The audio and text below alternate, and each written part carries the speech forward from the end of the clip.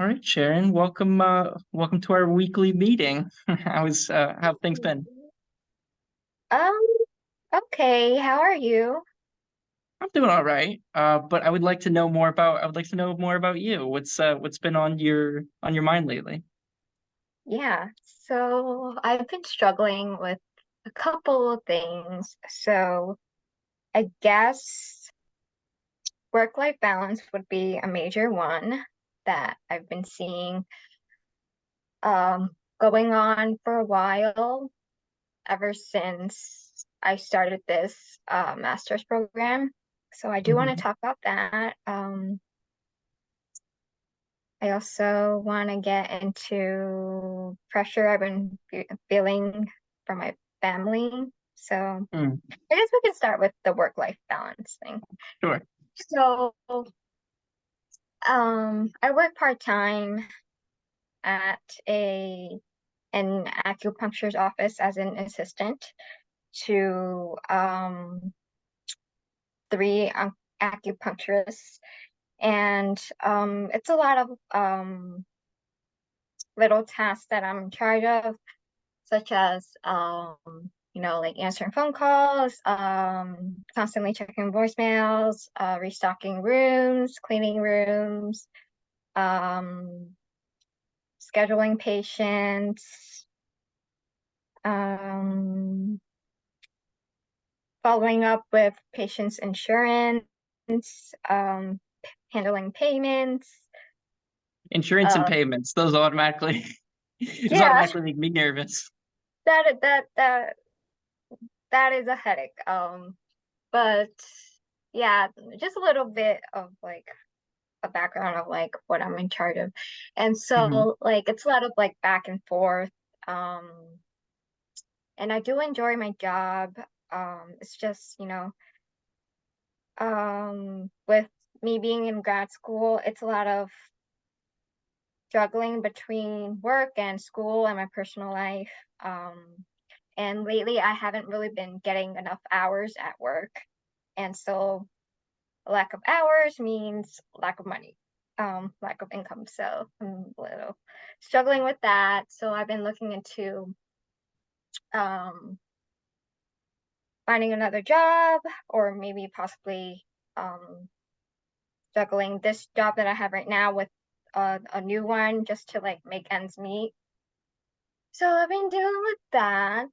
Um, Luckily, like I talked to my boss about it, and she was okay with she's like, I gave her a heads up and she was okay with it, and so I'm grateful that there's like no complications with that. There's like a degree of um understanding at least. yes, definitely.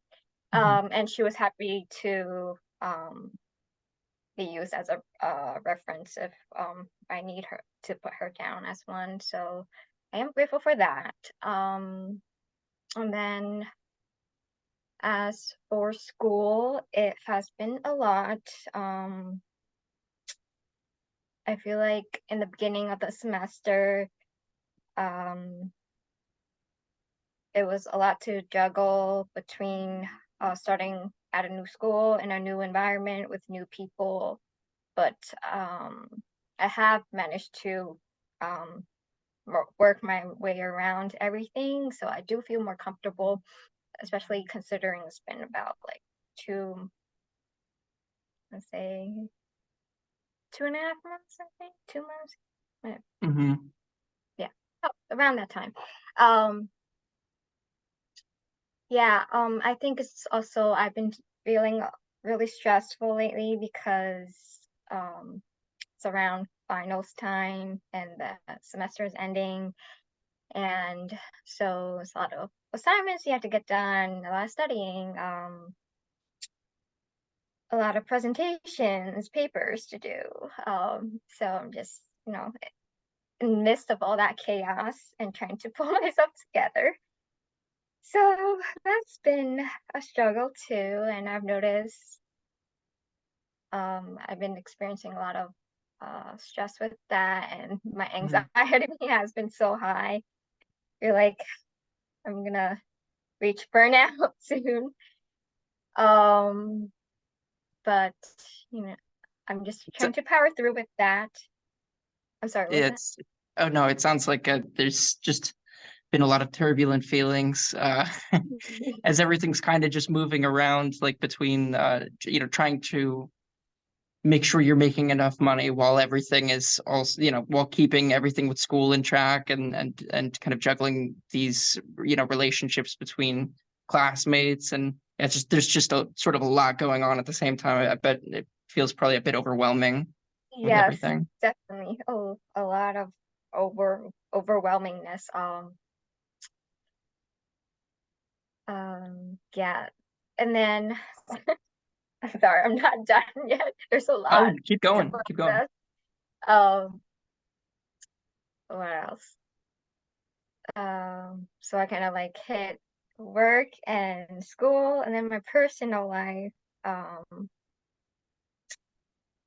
I'm an aunt to two babies, my sister's kids, and I'm very involved in their life. I go over my sister's house. I help her babysit because I'm the type of person who doesn't like to see my family members struggle Mhm. or any of my close friends. That just like makes my heart ache. And um that's family is everything to me. I value my family members a lot. Mhm. And I try to help any way I can whenever I can. But yeah, so I've been juggling a lot and dealing with babysitting two kids under two is a lot. I'm exhausted thinking about that. Yeah, so I honestly don't know how I have the energy during the weekends. That's how where I spend all my weekends. Mhm. Helping my sister out. I stay over her house. So like I've come to realize that, you know, being an aunt like passively, like where you like visit them once in a while, maybe like once a week, and Mhm. play with them is different than like staying at the house for a couple of days and just like actually taking care of them. So that's what I've been doing to try to help my sister out and my brother-in-law. And I feel like that has contributed to a lot of my fatigue and feeling tired and not getting enough sleep, on top of everything that I just mentioned with school and work. So I've been having trouble with balancing all of this and then trying to pull myself together. And I one thing I noticed is that I have trouble saying no Mhm. to people I care about because I don't know, it just growing up, I think growing up my dad had something that really stuck with me that my dad would often say during my childhood is that like, family is everything and you should always prioritize family, because in the end that they're the ones that are going to be there for you and stick with you till the end. And I've always seen him bend over backwards for people he cares about and like he um that people who he believes in, and he's done that for um my mom, especially my mom and my me and my siblings. And so like I think that's been ingrained in my brain for so long. Mhm. And I so every time I think every time I see someone struggle in my family, I think about that, and that kind of like serves as motivation for me to, like, okay, like I see my family members struggle. I need to pull through for them and like, be there for them. But then I realized like, okay, this is a lot for me myself. And I guess it's like I've come to realize like I'm like compromising myself to be there for other people. Of course, it's like a rubber band that's just being consistently stretched. What is it? Yeah, What kind of feeling does saying no elicit to you? it makes me feel whenever I even attempt to say no, I feel like this tightness in my chest, like it's like it feels uncomfortable. Hmm. I automatically feel like a little like tension within my body and like within my mind, like, oh, like saying no, like especially face to face Hmm. to someone in front of me, like I can like when I so like the way I say no, I like don't directly say. I'll be like, oh, but like I have this to do, and like I'm not gonna have time to like help you out or something. I don't directly say no, and like, but like as I'm getting there towards that direction, I can see it. It sometimes in their face, it's like they're, I guess, I don't know if it's like my own interpretation, but the way I see it is like disappointment in their face. Hmm. Um, and then that makes me feel really bad that like, oh, I'm not being a good sister or a good daughter or a good, I don't know, granddaughter, a good, yeah, like, a good aunt. And then like, I don't know, it just makes me feel terrible.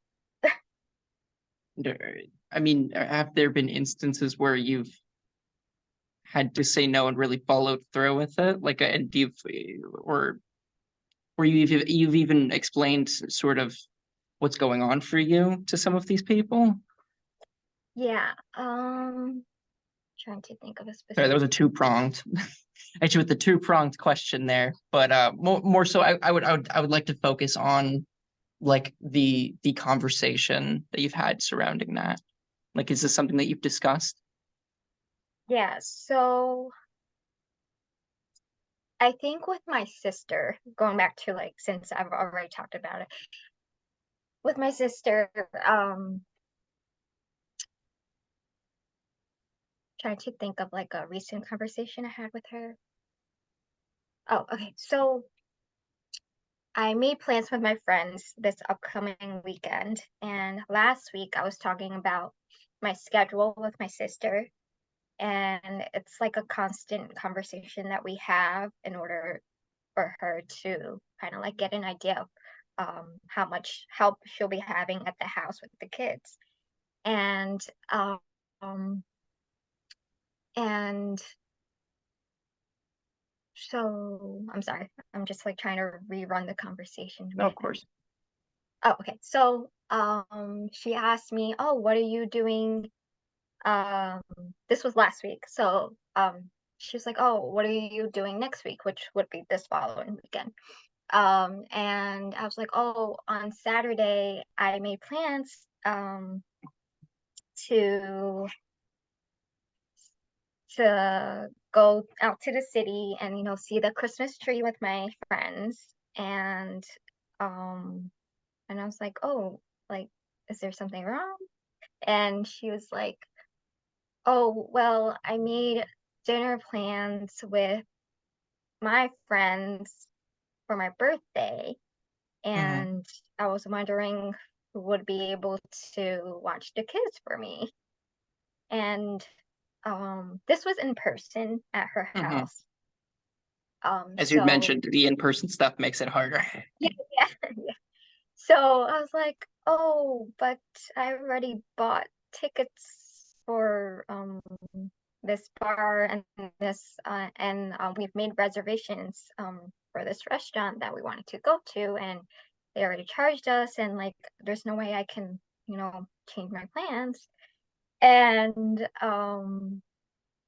and like I don't know, like she I guess I think she looked a little taken aback because she assumed that someone would be on standby for her to Hmm. watch the kids with her birthday coming up. And I guess she assumed like someone would go out of their way to like change up their plans so that they can accommodate her birthday plans, which I understand, but I don't know. I I saw like disappointment in her face when I mentioned that I had plans and I wasn't able to watch her kids.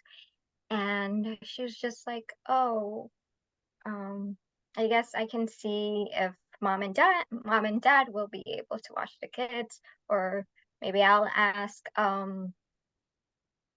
She said how maybe she'll ask her husband's mom Hmm. to watch the kids. And I was like, oh.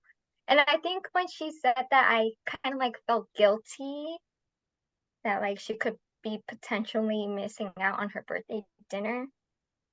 And Hmm. also me saying no to her for my own plans.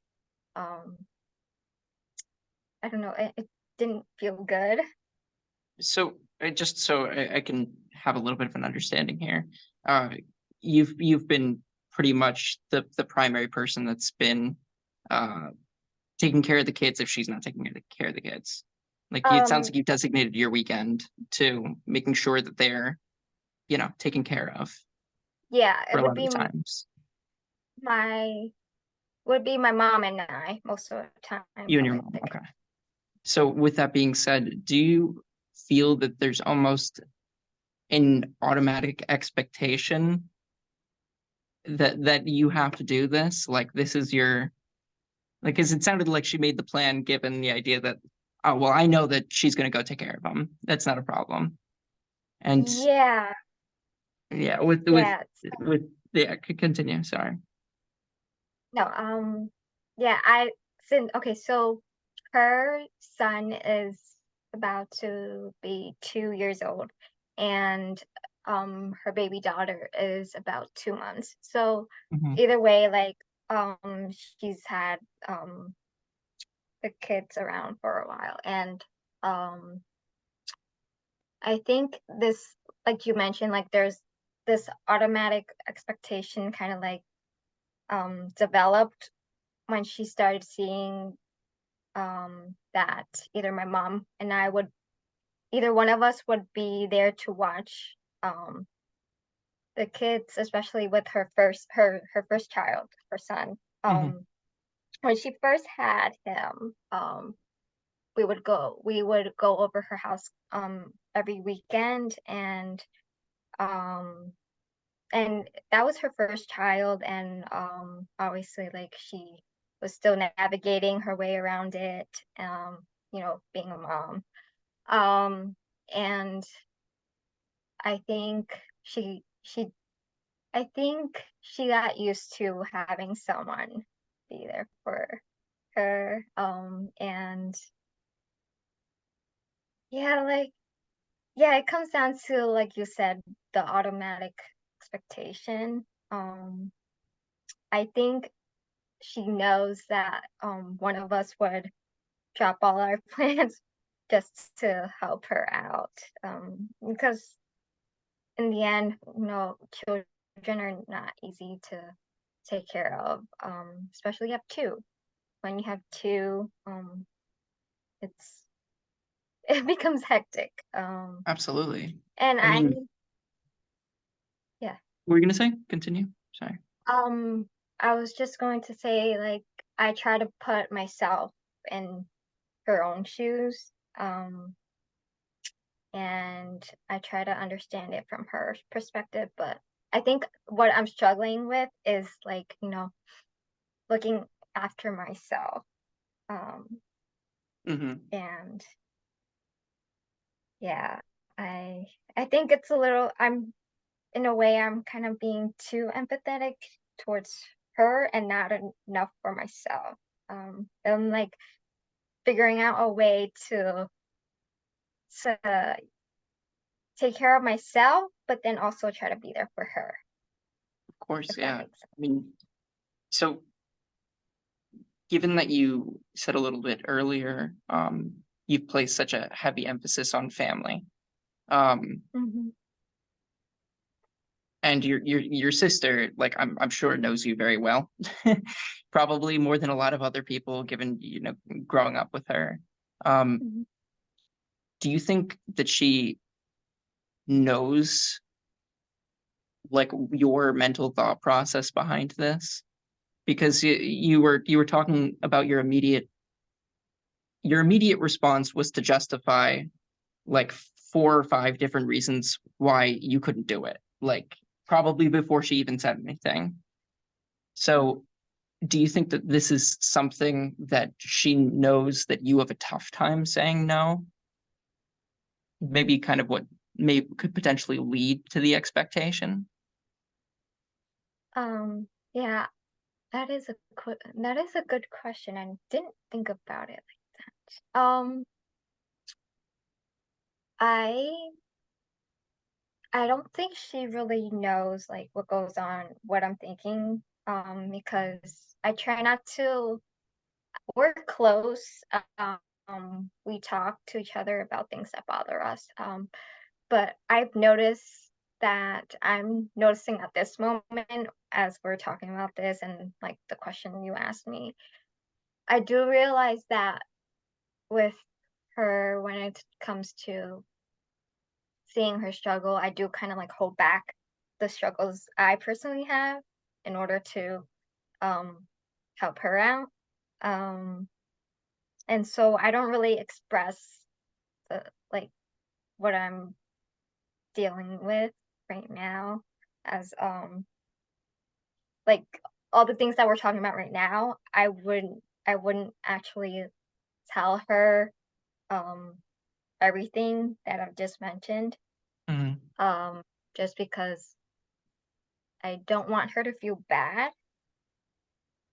Um yeah, I now that I think about it, it sounds bad because I'm kind of putting myself at risk in a way to tend to Mhm. others, and I don't know how to like get myself back to like a healthy way of caring for myself, I guess I would put it.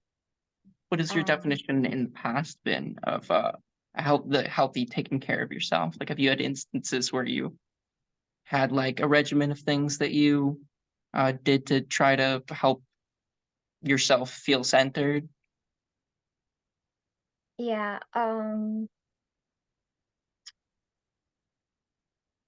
I think I've always been the person who is constantly there for other people, Mhm. and made it a thing, a priority where I'm constantly looking out for like everyone else. And it wasn't until recently where I started realizing how important self-care is, and just making sure it's important to be self-aware. Um, as for things that I engage in self-care, I have been kind of like taking a step back from um trying to do things for myself. If it's like even if it's like an hour of, just watching TV aimlessly or scrolling on social media, or I don't know, doing some skincare, or doing my hair and makeup. One thing that I constantly get from people is that like, "Oh, you look so put together, you dress well." Um, and um, so I guess that would kind of count as my self-care. Mhm.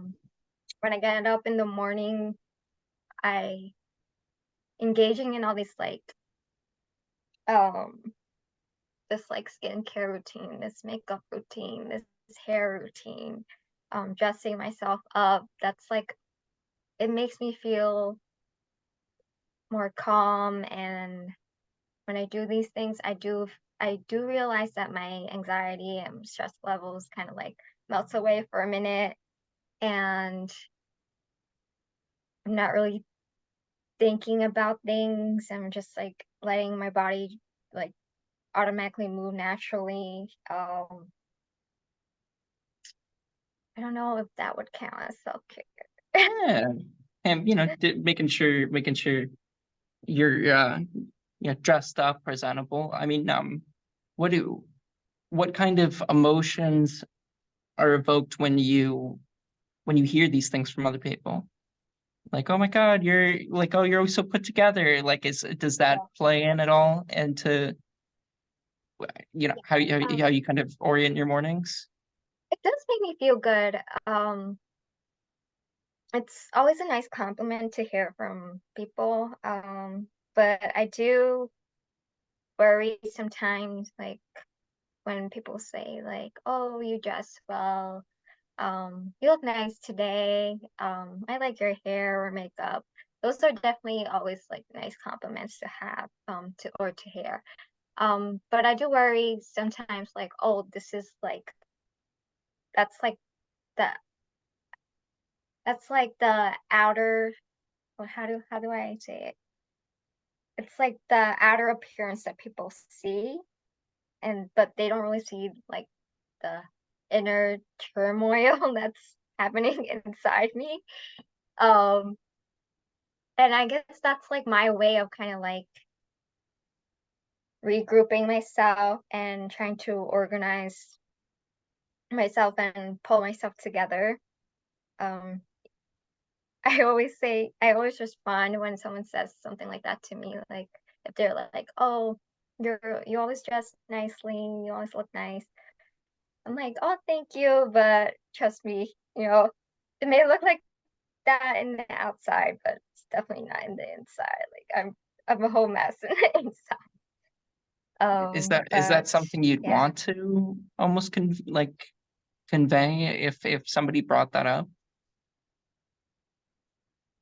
Um, Like the besides just the outside part, somebody brings that up.